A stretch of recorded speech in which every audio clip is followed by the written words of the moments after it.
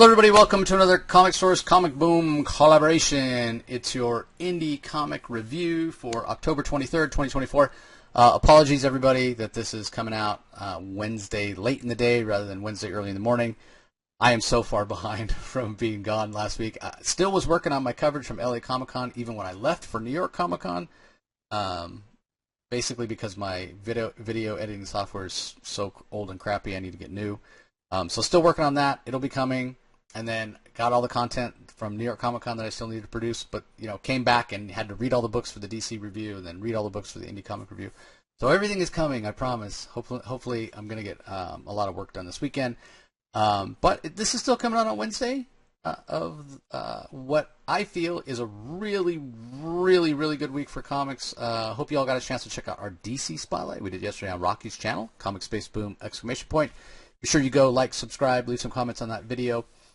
And hear about our thoughts for DC, which was the biggest week of DC All-In era so far, and there's some really fantastic books. Our books of the week, Superman and Detective Comics, both have these amazing hooks or moments or last page reveals, whatever you want to call them, that really pull you into the story and really make you want to read the next one. So it was fantastic. But there's tons of great indie books this week as well. So. I'll throw it to you, Rocky. How do you feel about the week overall? DC included, DC not included. Just give us your thoughts. No, it's a good week. It's a good week. I mean, I thought DC was, despite one of the largest weeks the DC's had for DC All In, I thought it was a little bit of a mediocre week for DC. But then here we're reviewing indie comics and. All the excitement of Absolute Wonder Woman, even though it didn't make our pick of the week, it was still entertaining as hell, and it still brought excitement. Absolute DC has brought some excitement, and to echo the sentiments of Mark Millar, he said when the big two are healthy.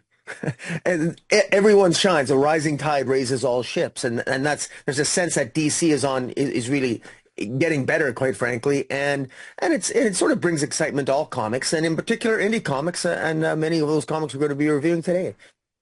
Yeah, I think Marvel. I mean, I've heard various terms from industry insiders, floundering and that sort of thing. But from a fan perspective, I mean, the books are still selling okay. But I just worry they have been trending down. They're selling okay. They're not selling great. The level of excitement's not quite there. For Marvel, I do worry. These things are cyclical, and Marvel will bounce back. Certainly their Ultimate line is still selling really, really well, even though some of the main books, specifically Spider-Man, has been suffering lately. But you're right. I mean, we've been saying it for a while. We talked about it last year when the Eisner nominations came out. Just look at how many DC books are nominated. There's maybe one or two Marvel. Ridiculous. But by far and away, the most nominations are for independent books. And there's some really excited independent stuff going on right now. So that's what we're going to dive into today. I'm going to kick it off by talking about something from the Energon universe. Void Rivals is up to issue number 13, written by Robert Kirkman. We've got art by Lorenzo Di Felici, Patricio Del Pesce on colors, Russ Wooten on letters. We saw our two main characters kind of go their separate ways last issue, each on their separate missions.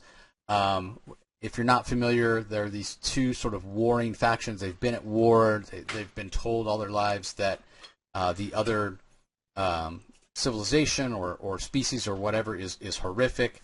They've always fought with helmets and their faces covered. They don't even know what each other looks like. And when it's finally revealed by these two antagonists that crash on the same planet, and they take their helmets off at one point just to survive, and realize they look exactly the same, all the way to the port that's on their forehead, which is actually, we find out, is an Energon port. So the story is continuing, but it actually continues with a tie-in to G.I. Joe and Cobra, with this Cobra Law splash page that starts as we see, I'm trying to remember what this character's name is, Pythona, I think it is.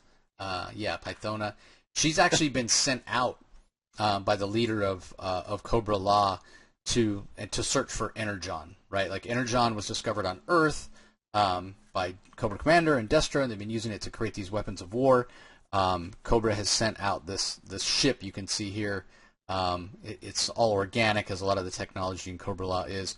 But this planet where they've detected Energon, and she's gone out there to try to procure some for Cobra Law, and obviously they're detecting the sort of the remnants of the Cybertronians Transformers, whether they be Decepticons or Autobots. They're all from Cybertron, Cybertronians, and so that's how it kicks off, and then we get in here to our two protagonists here that again split up last issue, and in terms of their plot, in terms of them moving forward with what they're doing, we don't get a lot of movement in this particular issue. It feels quite a bit like setup as the other gets back to his home side of the ring, I guess we'll call it. It's not really a hometown. I mean, there's different cities as you know, they share this ring. But he gets back there and he sees his father, confronts his father. His father is the ruler of, you know, that side of the ring or what have you. And when this son, Derek is his name, when he confronts his father and says, hey, they're like us. We should stop being at war. We need to come together. We need to unify. And his son, or his father rather, says, you know, where are you hiding your Zertronian ally? What are you talking about? Unity means death. You know, we're doomed if we unify. That's always been the prophecy. So it's very much a story that's, and I've talked about this before, we sort of know what to expect with Transformers or G.I. Joe. We know what Cobra Commander's going to do. He's going to be the bad guy. We know what Destro's going to do. Probably going to be the bad guy, but willing to you know, switch sides for the right price. And Decepticons are going to be bad guys, and Autobots are going to be good guys, and so there's not a lot of room for surprise. With this story with the Void Rivals, I don't know what to expect, and that's the excitement of it. Now again, this is a little bit of a transitional issue. When we see the leader of the Zertronians, he's meeting with this. It's not necessarily a god, but it's some female character that he very much reveres. You can see, even though he's the leader of the Zertronians, he's bowing down before her, and he's talking about the danger because these two characters, you know, have made the discovery that really both races are the same, and so they shouldn't be at war, rather. And he's talking about the prophecy that if they come together, that life will end, it will be destroyed. And you can see here in this panel, she smacks him, and she said, you know, you'll be taught anew. You know, learn our ways, learn about unity. Yes, it will lead to an ending, but that, every ending is followed by a new beginning. So, and that's how the issue ends. So, what it might bode for the future, again, I'm not really sure, and that's the excitement of the story. Now, in typical Robert Kirkman fashion, I mean, there's a lot of good things to like about this, especially the unexpected nature of the story, like I said, but it will come with a little bit of criticism, and the criticism is this. I've always found Robert Kirkman's writing, his big ideas, to be really interesting and relatable. You know, a lot of this goes back to Walking Dead or Oblivion Song. Less so with Invincible. I felt Invincible was a little bit didn't suffer from this criticism as much. But I think he's really great at the big ideas. But the execution, I always just feel like it's paced slowly. It's not the same problem as Bendis, right? Bendis is just very decompressed, like takes forever to get to the point. Kirkman, I feel like there's always something happening, but it's just happening at a slower pace. And it's usually accompanied with, you know, very large panel. I mean, look at this page here. There's only 3 panels on this final page, and technically, it's not moving the story, you know, along very quickly. So it's why when I was reading Walking Dead, when I got to about issue 70, I wouldn't read it anymore on a monthly basis. I would wait till I had like 6 or 7 or 8 issues, and then read them all in a big chunk to feel like I was getting a substantial piece of story. Because if I read just one, it felt like such a small piece of story that I couldn't even retain. I couldn't even remember what would happen. And I've sort of always felt that way about Kirkman's writing, except for Invincible. Like I said, for whatever reason, that moved along a little quicker. So it's a minor criticism. The story is still good, but in a way, I guess, you know, as much as it differs from Bendis, in that Bendis is decompressed and this is just slower paced, and there's a slight difference between those two things. At the end of the day, I think Bendis and Kirkman are both better read in trade because you just get more issues. But But that being said, I am really enjoying this, and I'm curious to see where it goes because I don't have any idea where it goes next. So, and I don't know. Have you been reading Void Rivals, Ref? I'm behind. I haven't. I was actually interested to listen to your review because I'm at least. I thought I was only one issue behind, but it appears I'm two issues behind. So, Well, so you gave me some yeah. spoilers there. So it was good. I got to catch up. I just got to catch Well, up. maybe not. It goes what I was just saying, right? Wait till the next issue comes out, then you'll have three to read all at once, Yeah, that's right. and then you'll be like, oh yeah, this is really good. I got a fantastic chunk of story. Yeah, Yeah. just just a suggestion. You don't necessarily have to do that, Yeah. but Oh, yeah. you might be better off. So Yeah, I end up doing that anyway, whether I like it or not, because there's so many comics to read. I'm always playing catch up. But yeah, I heard that for sure. That's definitely the case. Okay, well, let's jump on the next book that we're going to talk about, everybody. This is on Rocky's list, The Tin Can Society. This is from Giant Generator, which is the image imprint that belongs to Rick Remender. This particular book is written by Pete Warren along with Remender. Well, I should say the story. The way they credit it is story by Peter Warren and Rick Remender. So I imagine that means that Peter Warren and Remender have talked through, they've quote-unquote broken the story or plotted it out. But then Peter Warren is actually writing it. So he's writing the script, he's writing the dialogue, that sort of thing. Gorgeous art by Francesco Mobili, colors by Chris Shuckry, and letters by Jackie Marzun. So obviously we weren't doing the Indie Spotlight when the first issue came out, which was fantastic. So probably want to remind everybody what the entire story is about Rocky before you dive into this issue itself. Certainly. Basically, this thing, what I really like about this feels like almost like a superhero.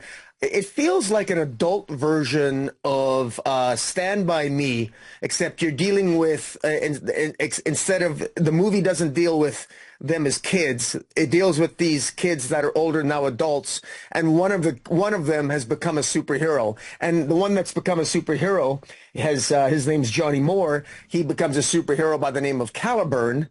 And he ends up, it's a murder mystery. And right in the first issue, this is the second issue we're talking about. In the first issue, though, it starts off with one of their own, there's actually 5 friends: Cassia, Adam, Greg, Val, and Johnny Moore. And Johnny Moore is almost like an Elon Musk. He was born with spinodifia, and he was very much handicapped and disabled in most of his life. He was raised by Christian scientists who didn't believe in science, but ironically, he was a genius at science, and he grew up and he became a genius, and he built for himself basically a suit of, he built for himself armor and cryogenics to basically, or a machinery to help him walk. And it also gave him the ability to fly, and he became essentially a superhero. But he's grievously, it's very, there's even a warning at the end of the first, at the beginning of the first issue, because it suggests self-harm, and it's very violent. He dies very, very violently.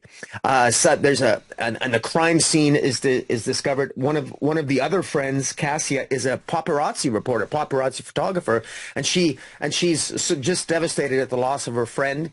And what you discover through the first issue and through the second, because it's all sort of, it's a mystery that all of these friends have different, it's a tangled story of secrets, grudges, heartbreaks, jealousies, grief, and yearning. Because all these friends, some of them are former lovers, some of them they're jealous, some of them they just have their histories to each other because they've got complicated lives. And in fact, one of the friends of Johnny Moore, who was murdered, one of the friends, Adam, was actually the sidekick of Caliburn, the superhero identity of Johnny Moore. And there's suggestions that maybe he's a murderer. Maybe he's the murderer. That is he the one? So what writers Peter Warren and Rick Remender do, what they're so good at is that this is a very, very strong bit of character work. This is, I'm pulled right in, and I almost feel like I don't want to mislead people. When I say Stand By Me, I feel what stands out by the reason why I mentioned Stand By Me is that's such a powerful character-driven movie that, because Stand By Me was about a group of kids that got together and they discovered a dead body on train tracks, but it really wasn't about that. It was about their friendships and what that meant, and about, how they got along. That's what you feel like this. These are clearly, these five people, these five friends, they're adults now. They've moved on with their lives, but now one of their own has been murdered. And they all potentially have, slowly you see the secrets and the motives and the feelings and the past lives and the friends with benefits angle, and which is the title of this second issue, because it's revealed that Cassia, the reporter, the paparazzi photographer, and Johnny Moore had a relationship in the past. And it's very powerfully character driven, but at the same time there's a lot of action, because somebody has stolen the Caliburn armor and attempts to kill Adam, one of the friends. And Adam himself was the former sidekick, and he defends himself because he's got available tech. He's even got a real cool sports car that the artist Francisco Mobili does just a great job, because the car the car actually talks to Adam and calls him daddy, almost like it is in a daughter's type of voice. It's kind of like a little bit creepy, but it's kind of cool the way the car sacrifices itself to protect Adam and Cassia, who are attacked by forces unknown. And it's building up a mystery, and it's pulled me right in. It's pulled me right in. And I should say that this issue 1 sold out. It went to a second printing. This is even on the top 10 speculator list for 1 week, 2 weeks ago. So, and it's not just hype. Rick Remender and Peter Warren, I think they're a really good fit here. This is well worth it. It's a strong, compelling mystery with fantastic characterization and really great action.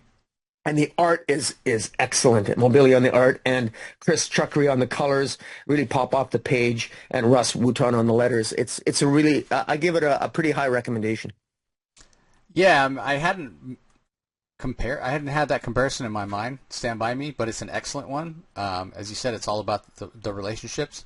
And one thing that I will add, which kind of explains I think it's a perfect example of this type of characterization and sort of the realism, because they have moved on with their lives, but there's always that connection, that harkening back to more innocent times when you were a kid. The reason it's called the Tin Can Society, so this character Johnny Moore, who has spina bifida, it was to the point that he could only eat soft foods because sometimes he had trouble swallowing and he would want to choke on something hard. So there's a lot of things that he wasn't allowed to have. That his parents wouldn't allow him to have, because not only were they constantly worried about him because of his disability, but also because they were, as Rocky said, Christian Scientists, so they had that sort of bias as well. So Johnny would keep things he wasn't supposed to have, like candy and pieces of technology and what have you, and he'd keep them in a tin can, and he would bury it under the ground.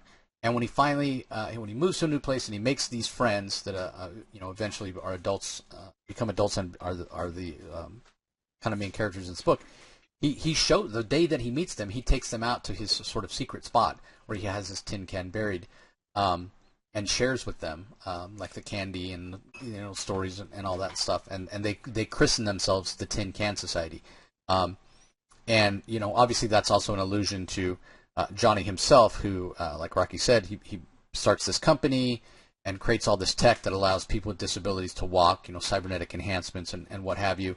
And then Johnny eventually builds this suit, and the reason he does it is because he feels like the company sort of outgrows him in a way. He becomes just like a mascot. Like, he's created the technology, it's made all this money, it's been taken public, so now you have all these investors, that comes with a board of directors, and all of a sudden Johnny isn't making the decisions anymore.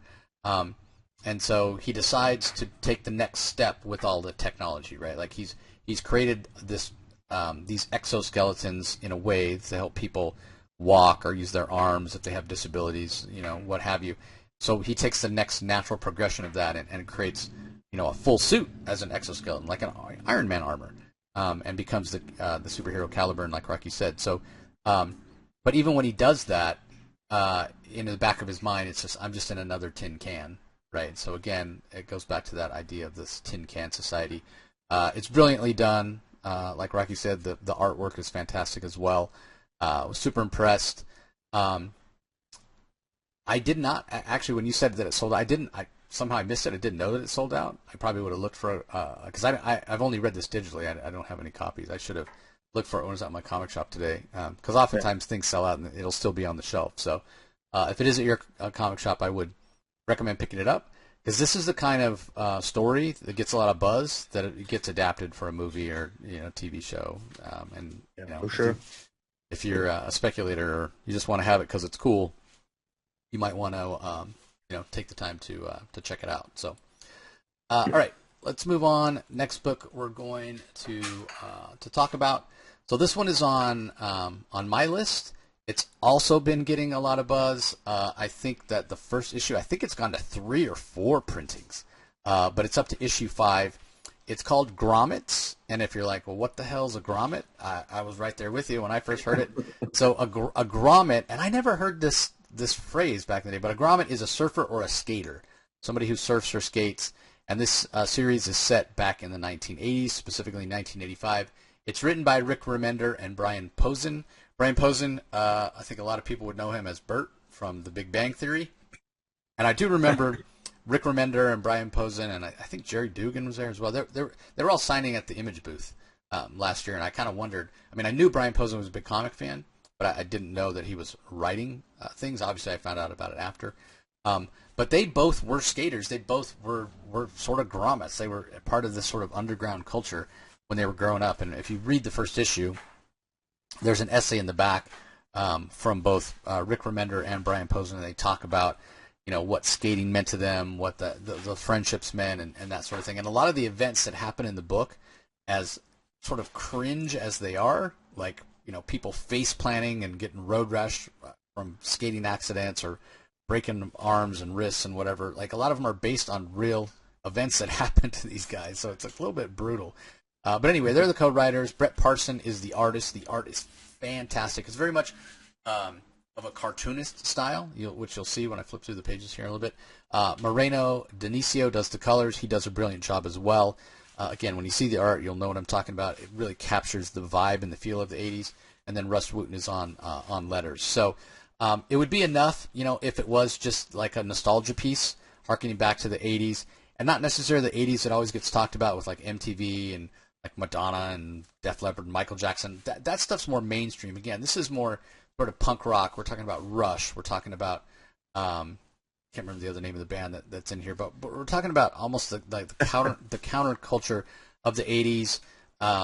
These punk kids, these skater kids, having parties probably when they shouldn't, and drinking beer and smoking weed and that sort of stuff. And this issue starts off. So last issue ended with one of the main characters.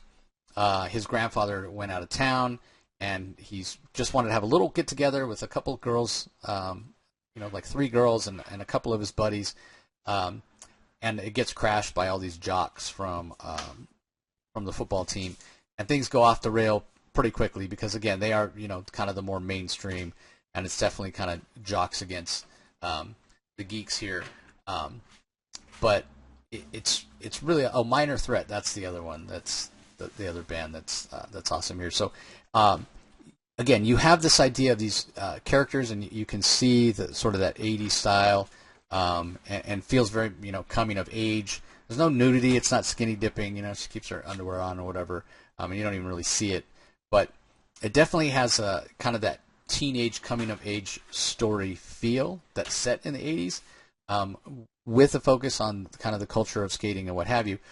But there's a lot more going on than that. There's these kids have real problems, and they're kind of trying to navigate those issues. They're trying to navigate their friendships, and there's humor, but there's also emotion. There's also quite a bit of violence, to be honest. I mean, at the end of this issue, the 2 main characters here, these 2 skater guys, they pretty much get the crap kicked out of them by these jocks. So, I mean, I hope they both survive, because I mean they're getting beaten with bottles and jumped and kicked, and yeah, it's pretty brutal. So I couldn't help as I was reading this issue but to think back to what Brian and Rick said in the first issue, where they were talking about how so much of this was based on real events. I'm like, man, I hope none of them ever got pounded Beat on. up, yeah. Yeah, I mean, look at this, dude. I mean, there's like bashing them with the bottle in that side of the head. Yeah, that's dangerous, man. Yeah, Wow. yeah, somebody could get killed. So where it goes from here, like I finished this issue and I was like, oh man, I really want to know what happens here. So again, even though there's humor and it very much is a character piece, there is some suspense. There's some drama, interesting storytelling. I think the art is fantastic because again, it's not like this super like realistic style. It's very much sort of cartoony and what have you, but it works for the story that's being told. You know, and I love the fashion and the hairstyles, and it really feels of its time. I mean, both those guys, Rick Remender and Brian Posen, they're a little bit older than me. You know, they probably were in high school or late junior high or high school, right around 1985.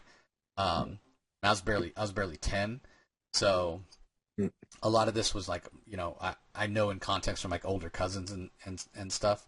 Things were a little bit different by the time I got there, so it's not super nostalgic for me. But you know, there's enough there that it draws me in, and it's just a good comic. It's just good storytelling. The art is fantastic. I love the color work as well. So if you haven't read it, and you were alive at all during the '80s, I would certainly recommend picking it up because it is a lot of fun. One last thing, again, I mean, you can probably tell from the level of violence, but it is definitely not for younger readers. Yes, these are younger characters, but there's a lot of there's drug use, there's a lot of foul language, a lot of sexual innuendo, so it's definitely for mature readers. So Yeah, I'm really. It's interesting looking at Brett Parsons, or pardon me, Reno Dionissio's coloring. yeah, It's really good.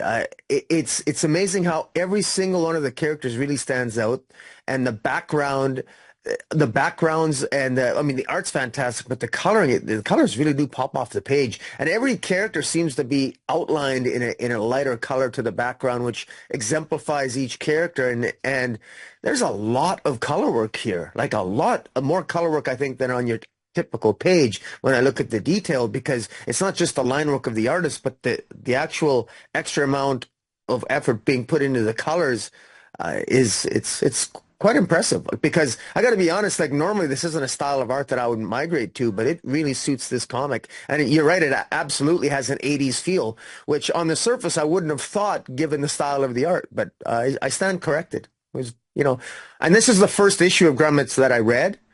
And I want to read the previous 4 issues now. Full disclosure. yeah, it's the first issue, especially the end, is pretty brutal. When one of the guys crashes, and again, it's like read the essay in the back if you read it, everybody, because again, it's based on a real event that happened to Brian Posey, so pretty interesting. So, all right, let's move on. Next book that we're going to talk about. So I don't know if I mentioned this yesterday, but I did get a chance to get some signatures from the Ghost Machine creative team. Literally every Ghost Machine creator was there, and so I got my Ghost Machine one-shot sampler, whatever you want to call it. I had already had it signed by like Danny Mickey and Jeff Johns, but I got everybody else to sign it, from Lamont McGee to Gary Frank and Brian Hitch and Francis Manipul, Pete Tomasi, everybody. It's awesome. It's awesome that the whole team signed it. But anyway, this is the final issue of the first arc of Rook. It won't be back until next year. It's written by Jeff Johns and Jason Fabok. Brad Anderson, Fabok also handles the art. Brad Anderson does the colors. Rob Lee's on letters. They're definitely taking a seasonal approach to Rook. It's been doing gangbusters. Every single issue has sold out. I expect this one to sell out too.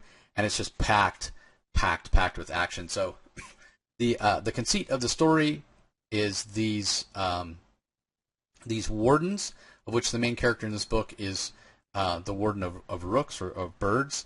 And so the Exodus comes from, that's the planet they're on. So in a future where society has basically, Earth society has basically exhausted all the resources of the planet, there's a group, there's a corporation, what have you, whatever you want to call it, that will send you out to colonize another world, and they have a machine called the World Engine, which is supposed to control the environment and control the weather and prevent natural disasters and sort of manage natural resources and what have you, so what happens on Earth won't happen again.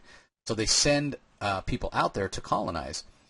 In order to help maintain the balance with nature, they train these sort of warriors, or they call them wardens. Think of them as almost like park rangers, if you will, in a way, to help commune with nature. So you'll have a warden of rooks, or, of birds, or you have a warden of swine, one of bears, one of wolves, one of turtles and fish and all that different wildlife, and they use these helmets to communicate with the animals and in a way that can control them.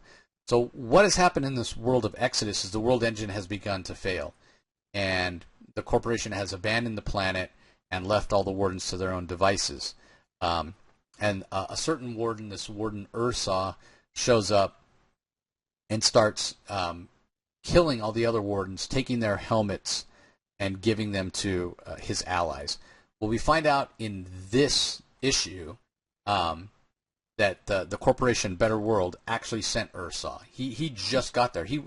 All along we've thought that he was one of the first wardens and that was sent there, and he just became corrupted in some way. There is a danger of that, because when you wear the helmet and you're communicating with your animal type, their instincts can influence your behavior, and there's hints that it can go too far and you sort of lose your humanity. We haven't seen that yet, but there's explicitly, but there's been talk of it. So anyway, the story had been presented in such a way that that's kind of what you assume with Ursa, but it turns out no.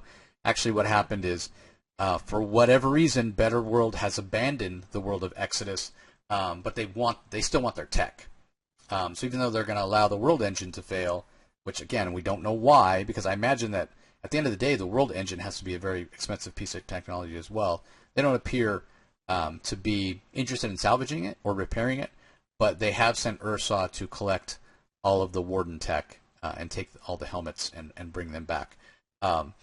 But the Warden of Rooks, along with the Warden of Wolves, are able to fight him off, and it's through.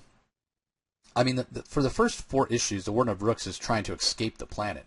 Like, he's going around, he's scavenging all sorts of technology to build a rocket to leave, and then that gets thwarted, and the Warden of Wolves is actually able to convince him to sort of embrace his role, if you will. And what's interesting is he's always tried to control the birds, but he's never taken the time to really truly communicate with them or commune with them, try to communicate with them in a way to show that he actually cares about them. It's been more of a master-slave relationship rather than a give and take.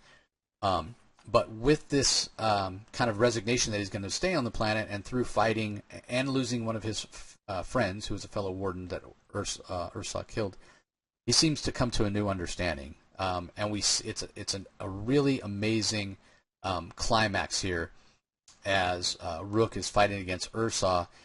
His helmet gets knocked off, and even though he's no longer wearing his helmet, and so technically he can't command the birds or communicate with the birds, they still come to his rescue. They're still the ones that attack Ursa and kind of force him off the side of this giant transport that he was on.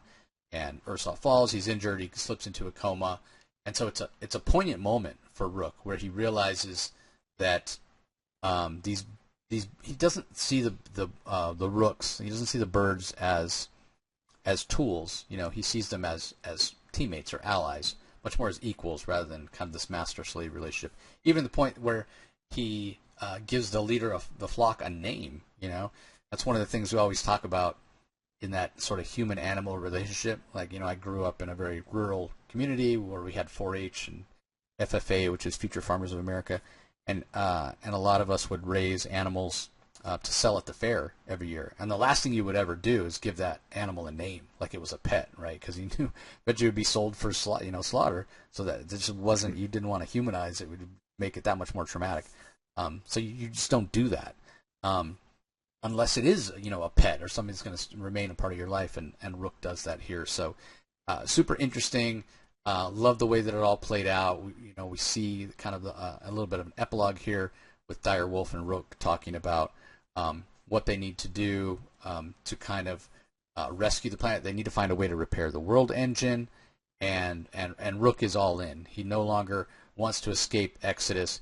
He wants to find a way to protect it and to keep what happened on Earth from happening there. Again, it was very emotional. It was a good ending. And at the end of the day, I do find it interesting also that Rook makes this decision, because it's like, okay, you were going to get in that rocket and fly back where? To Earth? I mean, Earth is kind of over at this point. It's polluted. It's, like, I'm not sure where you were going anyway. So why not try to stay here and fight where you have resources and what have you. And you can see how amazing the art is by Jason Fabok. Yeah, you it's can also, incredible. yeah, you can also understand why they're taking a seasonal approach to this book. These pages don't just magically appear. I mean, look at this page, just incredible. You can see Rook's vehicle here in the foreground and the giant transport of Ursa in the background. So yeah, it takes time, and I'm fine with it. Like, if it's going to be 6 issues in 6 months, and then they're going to take 4 months off, again, I'm perfectly fine with that. I'd rather would have that than have an issue, 3 months off, an issue, 2 months off, an issue. You know what I mean? That's Justice Society of America scheduling. I don't want that. Take your time. If you don't want to even start releasing the next arc till you got 4 in the can, I'm fine with that. I mean, don't get me wrong. I would love this to come out monthly, because I'm very anxious to learn more about this world. I want there to be tons of Rook stories. I think it's really fantastic.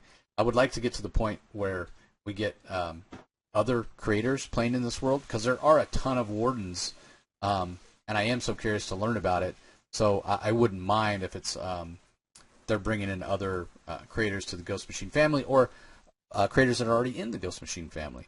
I mean, don't get me wrong, I want them creating their stuff too, but I think it just speaks to what a great idea this is, and how well it's been executed so far. Well, it's a passion project. It was a passion project of Jason Fabok from when he was a young kid, and it's so wonderful. It's so obvious it's passionate for him, because this art's arguably the best art of his career so far. And give him the time to visually tell this tale, and his collaboration with Johns on the storyline. I mean, it's entertaining as hell. And like you said, you want to avoid the delays, because that's been the hallmark of Jeff Johns related product for DC, at least at the end. So you don't want to start to have that reputation at Ghost Machine. So having a seasonal approach is likely a very wise thing to do.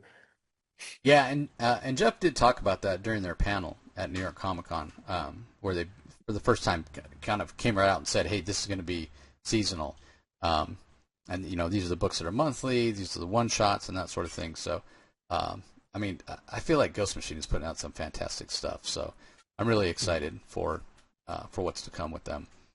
All right, anything else to add about Rook Exodus, Rocky? No, you said it all. Excellent. Always a high recommendation. Just a great series, and a perfect time to pick up all 6 issues, or wait for the trade. I'm sure people will have the trade. If the trade's not already out, it'll probably come out in the next month or so. Yeah, I would expect the trade to drop before the next season comes back, or I can see it same day, right? Like when issue 7 comes out, the trade will drop the same day. I wouldn't be surprised. Okay, up next we have a book called Standstill. This is by Lee Luffridge. Now, Lee Luffridge has been in the comics industry for like 30 years as a colorist, as a color artist. He has written before. He did a project for Comixology Originals, and I think he has another Comixology Originals coming. But in the meantime, he's got this book from Image called Standstill, which is absolutely fantastic. I got a chance to meet Lee for the first time in person at New York Comic Con. He will be coming on the show to talk about this book. It is fantastic. So it's written by him. The art is, and he handles the colors. Andrew Robinson is the artist, and then the design and lettering are by Rob Tweedy. Now, I can't really show you just how fantastic this book looks, because it's all done in double-page spreads. But because of the way that the books are laid out, and how we get them for the press preview, as you can see, I can't show that to you. They're all, you can see panels that are cut off here. So it doesn't do justice to just how fantastic this is by Andrew Robinson. But all 3 issues have been done this way. And it tells the story of this guy who basically has the ability to stop time. And these 2 characters here at the very beginning are 2 characters that worked on the project to create this device that stopped time. And the government was sort of sponsoring it in a way. But just when they thought they had solved it and were able to stop time, they were taken off the project. The object was locked away, and the project was scrapped, supposedly. Now apparently the device has been stolen, and they feel like they're the only ones who can stop this guy, because the guy is stopping time and just murdering tons of people. And we can see him here. You know, he's stopping time to steal people's bagels, to steal people's clothes, but also, you know, look, he steals a jacket, he steals sunglasses, he steals a hat. Make America Gay Again. Wonder who that's poking fun at. But he also stops. I mean, the guy's not all bad. I mean, he does stop time to save this kid from getting run over by a bus as well. We don't really understand his motivations, but he's extremely violent. We see him robbing people. We see him killing people. But in a way, they're people that kind of, you know, maybe deserve it, you know, urban terrorists and what have you. In this particular issue, he goes and robs a social influencer who isn't really a very good person. She's really added nothing. She's inherited all her wealth. Based on the context of the conversations he has with her, she's introduced people to her lifestyle who've become hooked on drugs, and then she sort of abandons them. And so, yeah, she doesn't appear to be a particularly nice person. So you almost get this Robin Hood vibe from him, but yeah. You know, what's behind it? Why is he doing it? We don't know. But the Andrew Robinson art is fantastic. Again, it doesn't do it justice here, because I'm only showing you, you know, half a double-page spread at a time. When you see it all laid out, I mean, every issue is just double-page spread after double-page spread after double-page spread. And there's a scene in the very first issue where this guy goes to a bar and takes out some bikers who have killed somebody. And then he gets on the phone after, and he's like, yeah, you know, revenge, justice was served or whatever, and you get the feeling that they like killed a little girl or teenage girl or something like that. And so, you know, is this guy like a hitman? Is he out there pulling all these jobs because people are paying him money to go after these evil people or what have you? We're just not sure at this point. But it's very fast paced. The art is fantastic, along with the colors. You know, again, it's a very unique situation here where you have the writer who certainly knows the tone and the feel and the aesthetic of the book that they want to elicit. You know, like colors have so much to do with emotion and sort of setting you up for when the big story beats are coming. The writer is trying to do that narratively, and then, you know, the color artist comes in after, and you know, along with the line work that the artist puts down, you know, they're going to set up that emotion. In this case, the narrative and the artist, the narrative writer, and the color artist are the same person. So it's very unique, and you certainly get the sense that Lee Luffridge is giving us really nailing the emotion, if you will, because he's able to set it up just how he wants. And again, the Andrew Robinson art is just fantastic. Again, I wish I could show you like the double-page spread here. I mean, look, you can see half the car there. There's the other half. After he's robbed this woman and stolen her car, he throws all her cash and jewels out on Skid Row in L.A. for all the homeless to grab, and leads to a riot and what have you. So what exactly comes next, I guess we'll have to wait and see. But a very fast-paced, gorgeous art, interesting characters that we still have a lot more that we need to learn about, and I can't wait to see where it goes, and I can't wait to have Leon to talk about it. I don't know if this is a limited or more of an ongoing. If there is more than 6 issues, I mean, I'll probably reach out to Lee and find out. I might have him come on right when issue 6 drops or right after issue 6 drops. If it's longer, we'll probably wait till the first issue of the second arc. Is kind of my thinking in my head, but this is just fantastic. I mean, obviously, the name of the book being Standstill is a reference to this guy being able to stop time, And it's not like this is the most original idea in the world, right? The ability to stop time. There's a fantastic Twilight Zone episode that I've referenced on the show before, where a woman has a sundial medallion that allows her to stop time. But and it's something I have to admit that I've thought about because I'm so busy. Like, man, I wish I had the ability to stop time. And I could like read all the comics I want to read, and I wouldn't run out of time. So yeah, it is sort of a trope of science fiction, but it's what you do with it. It's what you do with that idea that's been used before. And what Lee Luffridge and Andrew Robinson and the rest of the creative team are doing with Standstill is brilliant.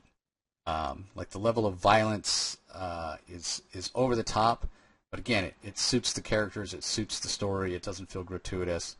It just feels like this would make one hell of a badass movie. So anyway, have you had a chance to check it out, Rocky? I read the first issue, and I'm really impressed with. It says one of eight, $4.99 for Oh yeah, there you 68 go. pages. There you go. Yeah, Eight issues, but for 68 pages, a lot of bang for your buck here. A lot of bang for your buck, and just a great concept and a really good story. I mean, it's got a future Netflix deal written all over it, as far as I'm concerned. yeah, and good. I didn't catch that right there on the cover. Yeah, 3 of 8. So yeah, probably need to have Lee on soon. Talk about it. Maybe when the 4th issue drops, we'll have him on to talk about it. Well, we're halfway there. So okay, up next. Oh man, here's another book that has been like really blowing up the sales charts. I think the first issue was on was it cover price maybe for like multiple weeks. Yeah, yeah. Also, I think on a number of YouTube channels on the Speculator Alert. Yeah, Yeah. It's been totally. Yeah. doing really well. It's called The Power Fantasy. This is a 3rd issue. It's written by Kieran Gillen. The art is by Casper Wingard, including the colors, and the letters are by Clayton Cowles. So I think this was on both our lists this week. So I'll let you go first, Rocky. Give us your thoughts. Well, I love the concept. Kieran Gillen explores superhero themes, but with essentially what we would consider to be our real world politics and our real world history, at least substantial moments of 20th century history and coming into the 21st. This is a world where there are 6 atomics or 6 superpowered individuals. And these are very, very powerful individuals. And they're called atomics. And what we've gotten since issue 1 is how this world is different. What if we did live in a world where there were 6 ultra super powerful beings? Imagine that responsibility. The first issue of, and this is on the 3rd, but the first issue, we got hints of it between a conversation between a guy named Etienne and Valentina, where they're debating what role they should play. They even debated whether or not they're too powerful. Should we kill ourselves? Because we have the power to make people do what we want to do. We can destroy everyone. We can save them. We can be their saviors. We can be the helpful. We can help them. We can force them to do things. We can make them do certain things. But should we? And anyways, they went through a number of options and they chose Plan B, and Plan B was essentially maintaining a balance. And basically, I guess you could almost say, the way I would put it is, let the rest of us govern ourselves, and they just they only interfere when they really need to. But at the same time, remember that there's 6 of them, and they got different personalities, and they got different power sets. And one of them in particular, and I know in the 2nd issue, this Max character, he's more of a hippie character from the 60s. He takes it upon himself to the U.S. government tries to assassinate him because he's abusing his power, and they're America will do what America will do, and there's all these things that are going on, and what's floating on in the background here as we get into the 3rd issue, we get the history of these 6 individuals, or at least a couple of them, and we know that their origins are grounded in the atomic age in 1945, right when the first atomic bomb exploded. I think it's the character Valentina is born at that moment. Yep. and she's almost like an angel. And one of the characters, Etienne Lux, who is one of the more powerful ones, arguably the most powerful out of the six, he views her not so much as he views her almost like an angel because she believes in miracles, and she's almost Christ-like and avatar-like in her compassion and love for mankind. And she goes from family to family, and she experiences and loves humanity. And she befriended Etienne when he was very young.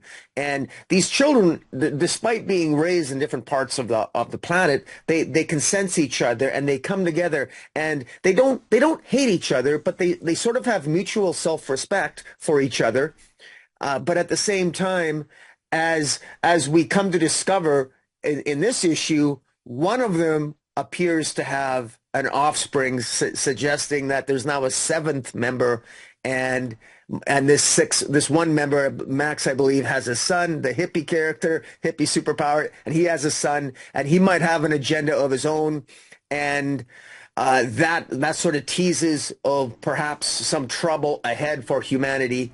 And while that's all developing, sprinkled throughout the last three issues from issue one here is we get an idea of what history was like, and it's even summarized. You have it on the page for those watching on your YouTube channel, Jace, a summary of what the history of the Earth was from 1945 to present, with these atomics, these six individuals, and these major events from World War II to the Cuban Missile Crisis. Those particular crises, for example, they resolved differently because of these superpowered individuals, and all the way up to 1989. And I think Kieran Gillen, by the way, he did another story where he rewrote World War II history. Oh, what was it called? Oh, a great series. It was published by Dynamite. I'm trying to remember it now. Anyways, Kieran Gillen's good at this. This isn't the first series where he sort of have an alternate history dealing with superpowers, individuals with superpowers. He did one with World War II, where Germany was the first country in World War II to develop metahumans, and I forget the name of the series. It's going to come to me, but in any event, this is a really good series, and I love the themes of it. The conversations that these characters have about, just because we have the power, should we use it?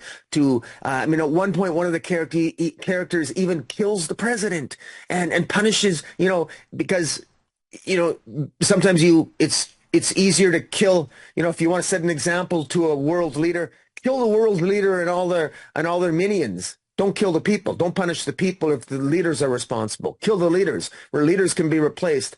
But, so the decisions they make are the decisions that they're interesting, and they're not, they're not the type of, these are individuals making these geopolitical decisions, individuals with their own flaws. They're not countries making these decisions. And that's what's so fascinating about it. And along the way, Kieran Gillen is introducing different philosophies and different approaches. What is the right answer when you're this powerful? The answers are not clear cut.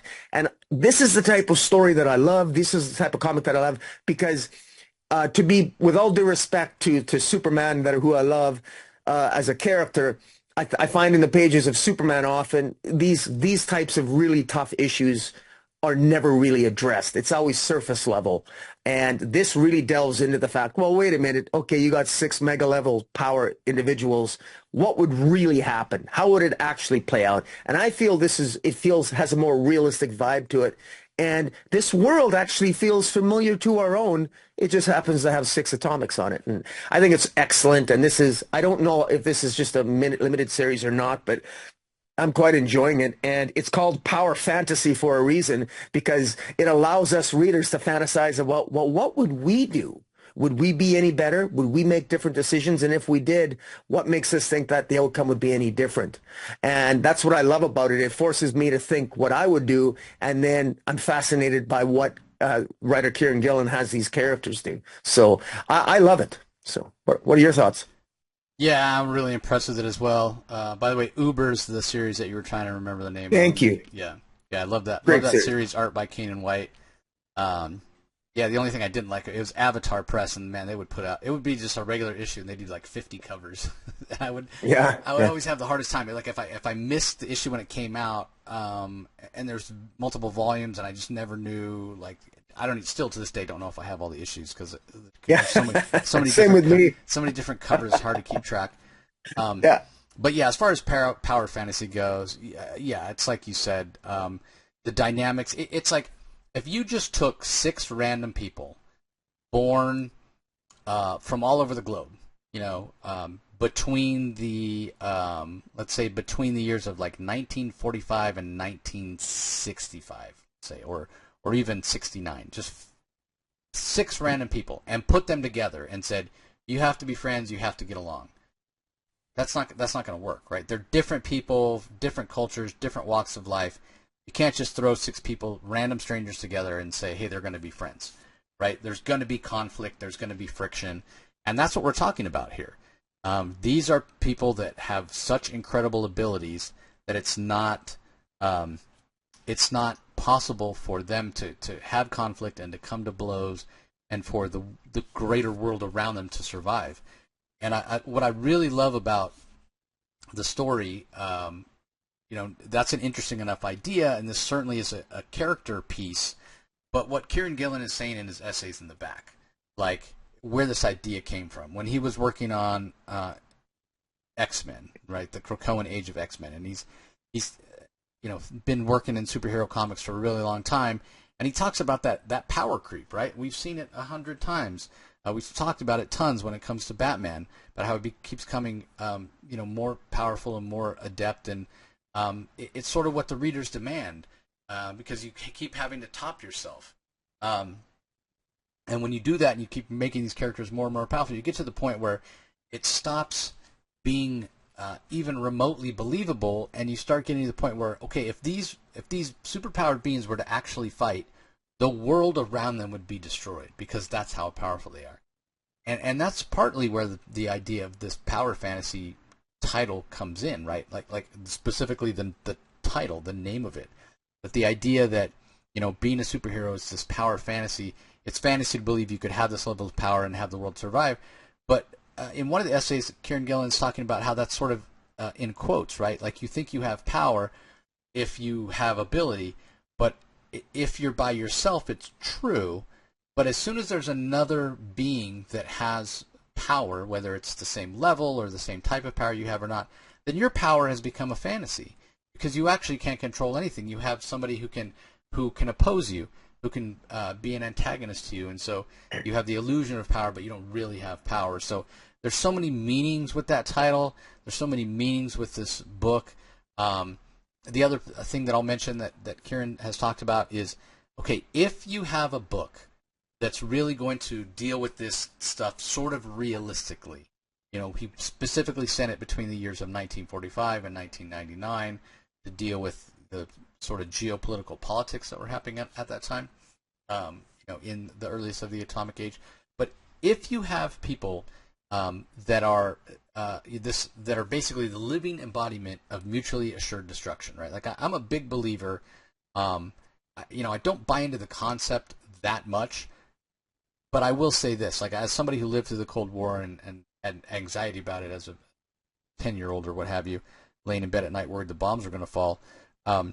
I do think that the threat of mutually assured destruction was what got us, past the Cold War and kept it from happening. If the bombs hadn't been, if nuclear bombs hadn't been so toxic and so destructive, somebody probably would have done it. But yeah, the fear of like wiping out the entire human race probably held us back from the brink. But now you have basically the living embodiment of that mutually assured destruction. If they ever go to battle, they'll destroy the world and what have you. So if you're trying to tell a story about those beings, you can't actually have them fight, right? It's not like a superhero comic. It's not like a Superman comic or Wonder Woman or Batman or Spider-Man or X-Men or whatever, where there's actually fights. Because here, the story that's being told is a story where if they actually fight, the world dies. So how do you build tension? How do you keep it interesting? And in order to do that, you have to be really, really good at your job as a comic book creator. And I think Kieran Gillen and Caspar Wingard are doing a very, very good job keeping it engaging, of keeping it interesting, especially with the context of the essays in the back, the extra matter. Like you said, this the timeline is super interesting, and I'll call out this timeline. Not only is it a timeline of some things that we've seen and some that we haven't, or some of the things that we haven't seen yet, Kieran has specifically put in. See issue 6. See issue 4. Well, those issues haven't come out yet, but now I know what to look forward to. Just brilliant. Just absolutely brilliant. This title, like I said at the beginning of our review of it, is getting a lot of buzz. It is very well deserved. Gets a really high recommendation for me. It is really worth your time, everybody. So check it out. And it is also sold out. And there's been a little bit of buzz. And I had not read, or I had read it, but I hadn't picked up any of the issues physically. And when I went to my comic shop today after reading issue 3, I was like, man, I'm glad I remembered. And I went and looked, and they had an issue 1 left. So I picked up issue 1. I picked up issue 2. Nice. I picked up issue 3. And then when I went to the counter and they scanned my issue 1, they said, "Oh, you already got one of these." And I was like, "Do I? I might have." So I might have 2. I might have an extra one floating around somewhere. Because I was like, I'm not sure I have it. So definitely, I'll pick it up. So I might have 2. All right. Up next, here's a returning title that is now on its 2nd issue. It's called Dead Eyes: The Empty Frames. It's written by Jerry Dugan. The art is by John McCrae. Colors are by Mike Spicer. Letters by Joe Sabino. I want to say that I had John McCrae on to talk about Dead Eyes. It was called Dead Rabbit originally, but Dead Eyes when the first volume came out, first issue. We definitely covered it on the podcast back then. But it has come back, and the name "The Empty Frames" refers to like an infamous robbery where $500 million worth of artwork was stolen from a museum, where they literally just went in there with like razor blades and cut the artwork out of the frames because the frames were anchored to the wall and they couldn't get them off. So the artwork was probably damaged, but it's still worth a substantial amount of money. And so the titular character here, Dead Eyes, he's almost a Robin Hood-like character. Like he robs, but he'll rob like check cashing places because they're super predatory with their terms for people or what have you, or he'll rob other criminals or that sort of thing. And so in the first volume, he comes out of retirement to pull off some jobs to pay for his wife, who needs some emergency medical procedures to save her life. And here he knows that the paintings eventually made their way to the mob, and he wants to pull off one last score and go and steal the paintings from them, so that he can take care of all the guys that he used to pull jobs with. Because they're all getting older at this point. They're not really able to hold down a normal job. They don't really have any skills like that. Again, it's a huge. He's going to steal these paintings, $500 billion worth of paintings, or 500 million rather, and he's going to sell them for only 10 million. Because that'll be enough for him and his wife and these other 2 partners of his, or former partners, to basically retire for good. So he's an interesting character. It's an interesting book. I think it's some of John McCrae's best artwork. The coloring is subtle, which helps to sell it, and just really great scripting from Jerry Dugan. You definitely get a feeling of sort of how run down these guys are by life. From pulling these jobs over time. So I'm a big fan of it. I highly suggest everybody that you go pick up the trade of the first volume and then dive into this. Again, there's only 2 issues out. I'm sure you can find, neither one of them sold out, so I'm sure you can find issues 1 and 2 of the current series. So it's a lot of fun, and the first series obviously was great as well. So definitely recommend it if you like crime noir, if you like things like Heat. It's got a Hitman feel, right? John McCrae, didn't he do Hitman? Yeah. He did Hitman, and it has a little bit of a Hitman feel. There is some irreverence that Dead Eyes has, kind of like Tommy Monahan, the Hitman, does, but it's not quite to that level. It's more of a feel of, like I said, like like Deadeye's is a little bit more of a Robin Hood like character. So, Cool. okay.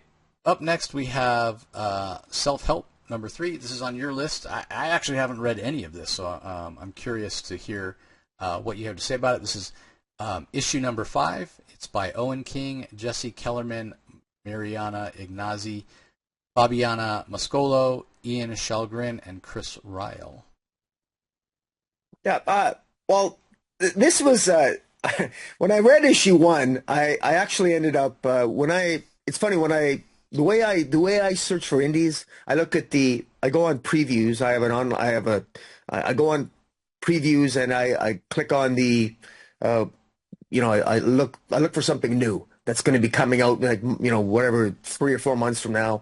And this thing popped up, and right away the pitch caught my attention, the elevator pitch, so to speak. And so I'll tell everyone the elevator pitch of this story because it encapsulates it. It's this guy, Jerry Hauser. He's basically the equivalent of an Uber driver. He's down on his luck, but he just happens to look like a really rich billionaire self-help guru by the name of Darren Hart. So this guy named Jerry looks like this guy named Darren Hart, who's sort of a celebrity guru. So imagine if you look like Tony Robbins, the self-help guy. And by the way, I'm sure Tony Robbins is a much nicer guy than who this Darren Hart is in this comic. But just imagine if you look like somebody really famous. Now, it just so happens, Jerry is a Uber driver, and the plot line that follows through up to this issue 5, and this is this penultimate issue. It's a total of 6 issues long. And what happened is that as an Uber driver, Jerry ends up driving this Darren Hart, ends up being his passenger. And throughout most of his his young adult life, Jerry Hauser has always been accused. People will say, "Hey, aren't you Darren Hart? You look just like Darren Hart." Because it's like he's just sick of hearing it. And so when he gets Darren Hart, actually meets the real Darren Hart in the back of his Uber. They have a long conversation, and Darren Hart's a very blunt guy. He gives very blunt self-help advice, and ultimately Darren Hart ends up crossing a line with Jerry because he sort of spells it out for Jerry by being blunt, by saying, "Hey, you're kind of a loser. You're an idiot. You're a moron. This is what you got to do to improve your life." And unfortunately, it pisses off Jerry more than anything else. So they end up swerving off the road, and per Darren Hart ends up accidentally. Jerry does not murder him. Darren ends up falling off a cliff and dying. And so Jerry ends up impersonating this billionaire because he looks just like him, other than he's got to dye his hair a little bit, whatever. And anyways, so that's really the central conceit. Now, while that seems like maybe a little bit of a tropey setup, what the fun of it is, this plays out like a comedy. And for me, I enjoyed the hijinks that this Jerry guy gets involved in. And the Darren Hart has an assistant named Cassandra, and Cassandra almost right from the beginning sees something's off with Darren, who's really Jerry, and she eventually figures it out. In the meantime, though, it's discovered that Darren Hart wasn't just a billionaire. He also had some skeletons in his closet. Jerry himself had skeletons in his closet. He used to be in jail. Darren Hart has some mobsters that are looking for him. And of course, per Jerry, who's impersonating Darren, doesn't really know he doesn't know the details and the dysfunction. He doesn't realize how dysfunctional Darren's life actually is. Because it's just like you assume celebrities have great lives. Well, they also have skeletons in their closet, and Jerry finds out in spades what those skeletons are. And in this issue, everything is really building to a head with Jerry, who is, of course, impersonating Darren. He does a talk show, and he's really put, he's like supposed to be a self-help guru, and of course, but he doesn't really have the knowledge or background to do that. But in a very comical way, he manages to pull it off. And despite the fact that there's a plant in the audience trying to trip him up, but he manages to do rather well, and he does a pretty damn good job, because ironically enough, Jerry's background as a ne'er-do-well is actually seems to help him fit in quite well in this particular as a self-help arrogant bastard guru. And I just thought I thought it was funny. I've gotten every issue. I particularly all the covers. I really like the covers of all this too.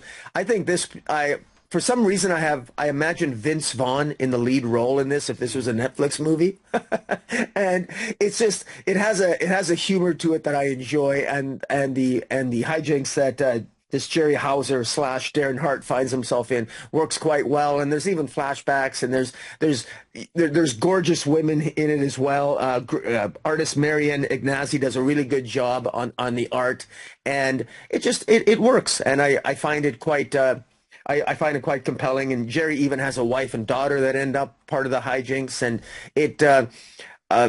like I said, this is one of those titles where I think it's not. Admittedly, no one's really talking about it, but I got to tell you, Jesse Kellerman, the writer, and there's also Owen King. I'm not sure if he's a co-writer or not, but he's on some of the credits. Jesse Kellerman is a name that I think deserves more attention, and I'm going to keep that name, Jesse Kellerman, on my comic book radar.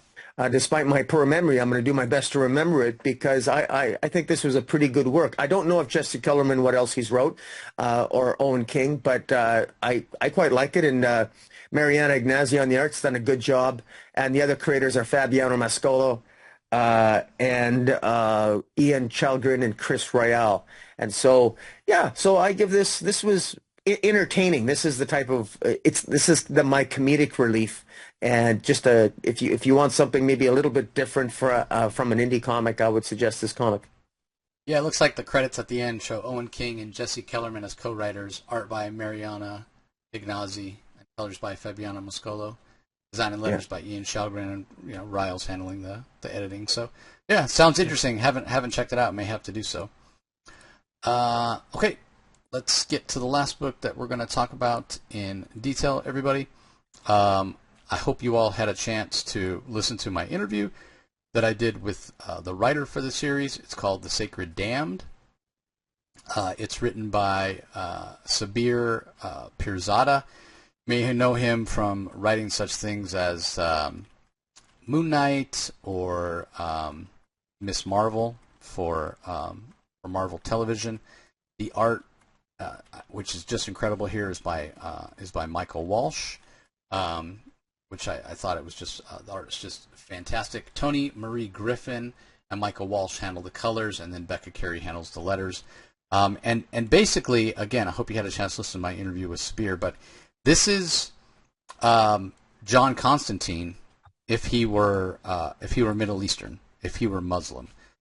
So you have this character, and the whole idea of the Horizon experiment, which is sort of been brought together by Pornsak Pichashot, and we had Pornsak and his co-collaborator Terry Dodson on to talk about their project, their Horizon experiment project, which was the Manchurian, which was sort of an Asian James Bond, except that's selling it a little bit short by saying that, because a lot of the difference in that story is the difference between Eastern spycraft and Western spycraft. So we can say, hey, Middle Eastern or Muslim John Constantine, but it's more than that. So this character, this is where she shows up for the first time in the book, Anaya Jibril, and she's been dealing with the occult her whole life, and she is just a badass. She's really a really interesting character, but there are sort of darker hints to her character, much like a Constantine, right? Like, Constantine does some pretty despicable things at times, and typically has a very good reason for why he does them, but it doesn't take away from the fact that they're pretty shitty things to do sometimes. And so you get sort of that same feel with Anaya Jibril, like that she has skeletons in her closet, she has things that she's done that she's not proud of and will continue to do, and selfish reasons for doing the things that she does and making the decisions she does. So it's really interesting the way that it's structured as well. Sabir talked about it when he was on the show, about how we don't even meet Anaya till like halfway through the book, because we meet sort of the victim that she's going to be exorcising jinns from. That's you can think of them as genies, but again, the difference in culture between Western and Eastern or Middle Eastern, very different. And so, instead of being possessed by a demon, you're possessed by a jinn. But jinns are also those fairy tale wish granters in magic lamp. So again, it's a different mythos, which is interesting. And Anaya, you definitely get the sense that she lives in that world, but again, we're not being told everything about her. And she does have kind of her own motivations, if you will, and her own agenda, I think is the best way to put it. So for all these Horizon Experiments books, depending on sales, that will determine if we get more beyond these pilot issues. We'll have to wait and see. But from the art by Michael Walsh, which is excellent, to these little text pieces that Sabir puts in here, this is really a awesome story. I can't wait to learn more about Anaya. I hope we get a chance to get more. Again, you can see this Michael Walsh art, which is just terrifying. You can see the Jinns, who this little girl is with the glowing eyes. There's hints of who that might be and how she might be related to or connected to Anaya. So there was a lot to like about this. I say all the time I'm not the biggest horror fan, but when it's done correctly, it can be really, really compelling and really, really good. So, yeah, I was really impressed with this book. Again, like in talking to Sabir, you can see his passion for the project, how much he enjoys writing it, how much he wants to be sure to get it right as well. And by that I mean he talked about how he discussed with a lot of the other people in his life, in terms of his wife and others, about getting the look and feel right for the clothing that Anaya wears and that sort of thing. So I try to be as accurate as possible, and doing research on kind of the supernatural and the culture of supernatural in the Middle East, and how they sort of, I don't want to say automatically, but they sort of inherently accept the supernatural more easily than we do here in the West. But that doesn't mean it's any less, scary or terrifying or any of that, which it makes for an interesting juxtaposition, I think. So again, I really enjoyed it. I mean, just based on the quality of the first Horizon Experiment book, the Manchurian, I was already looking forward to all the rest. And then with the quality of what we got with Sacred Damned, and I've had a chance to read a couple of the other ones as well, and they're really excellent. So, yeah, Sacred Damned, definitely recommend it, especially if you're into horror. So, okay, well that's going to do it for the books that we're going to talk about in detail. But there are a few other indies that are out this week that I want to mention. A lot of these would be from publishers where we don't necessarily get preview copies, so we don't necessarily have the opportunity to talk about them. And as I say that, the first one is Teenage Mutant Ninja Turtles 3, which comes from IDW, which we do get preview copies. I've just never been a turtle guy, so I haven't read it. But I've also heard really good things about Universal Frankenstein, Universal Monsters Frankenstein, which is written by Michael Walsh. That has its third issue out this week. Also, The Moon is Following Us from Image. I think that's Riley Rossmo art, written by Daniel Warren Johnson. I tried to read the first issue. I couldn't get into it, but I know it's been selling out. A lot of people have been really enjoying it. So if you're so inclined, you can check out that. Over at Titan, we've got Conan the Barbarian, number 16 at Boom, Hello Darkness, which is a horror anthology, as its fourth issue. Also, The Hunger and the Dusk, book 2, number 3, which is, I really enjoyed the first volume. I haven't read any of the second volume yet. It's written by G. Willow Wilson. That looks really fantastic. Star Trek Defiant, number 20, out from IDW. I've really been enjoying the Star Trek stuff, but it didn't quite make my list to review this week. But those are some of the other books that are out this week on the indie side of things. So if you're so inclined to check out any of those books, you can do so. All right, Rocky, moment of truth. What do you got for your book of the week?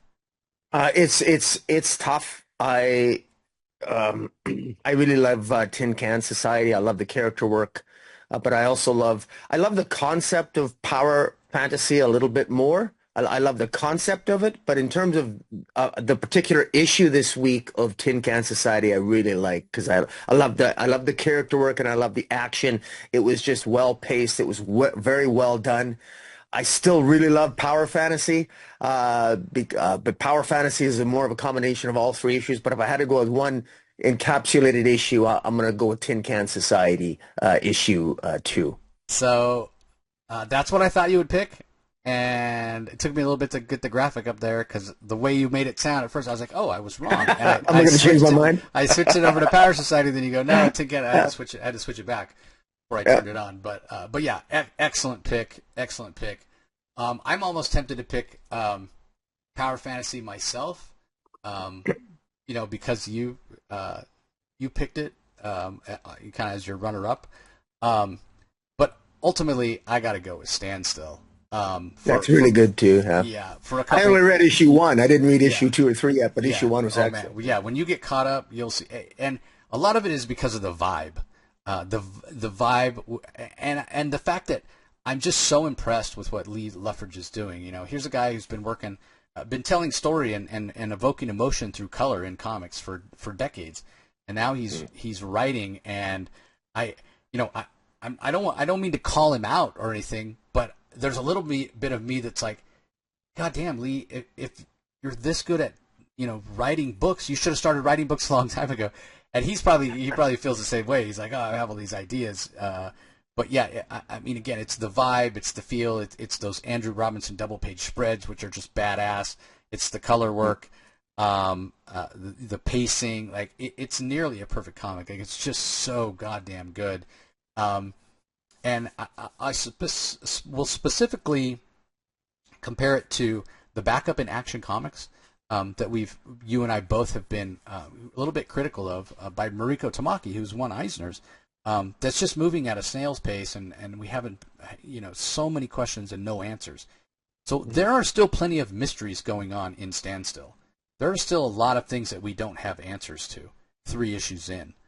But based on the aesthetic and based on the art and based on the answers that we do have, especially with those other 2 characters who have sort of understand what this sort of Robin Hood-like character is doing, and the fact that they're building up to a confrontation with him, it feels like we're moving toward those answers, which is the difference, right, between having a bunch of vague, obtuse prompts and feeling like we have no progress towards finding answers, and this, where we still have plenty of mysteries and things we don't know or yet understand, but it feels like there's movement. We're moving toward it.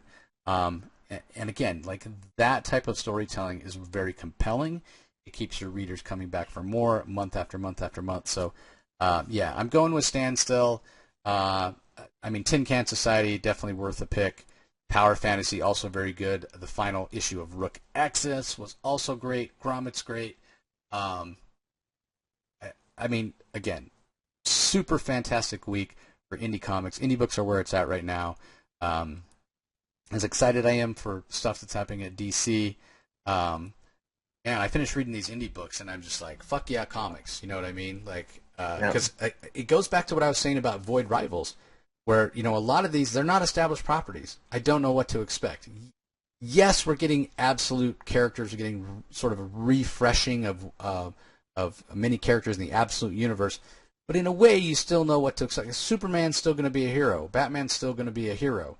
Still going to, fight for the good, of the greater good, that sort of thing. I have no idea what's going to happen in Tin Can Society. Absolutely none. I have no idea what's going to happen in Power Fantasy or Standstill, because these are characters I haven't been reading for decades. And so that's the excitement. And when you pair it with gorgeous art, it's just it's a great time to be reading independent books. So I hope you guys give some of these titles a chance. All right, anything to add, Rocky, as we're winding down here? No, I think you've said it all. As I said, a very, very enjoyable week. Great week for comics, and bring on more of them. Hell yeah. All right, that's going to do it, everybody. Don't forget to head over to Rocky's channel on YouTube and subscribe, Comic Space Boom, ! It's where we do our DC Spotlight every week. As long as you're heading over to YouTube, if you're not watching the comic source on YouTube and listening to the audio only, when you head over there, do a search for the Comic Source and subscribe to that channel as well. It's where all the content, the Comic Source content, comes out. Or if you prefer to listen to the audio-only versions, just go to wherever you get your podcast, do a search for the Comic Source and subscribe. Doesn't matter the platform, doesn't matter the app, we will be there. And if you do head over, please leave some comments and let us know what you thought about the independent books this week. Ring that notification bell so you know when new content is coming out. So we appreciate the support as always, everybody. New York Comic Con content coming up, LA Comic Con content coming up, plenty of interviews coming up. Been doing a lot of interviews lately, both here at home, and I did some on the road while I was traveling.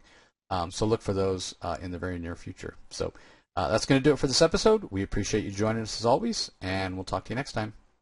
Catch you later.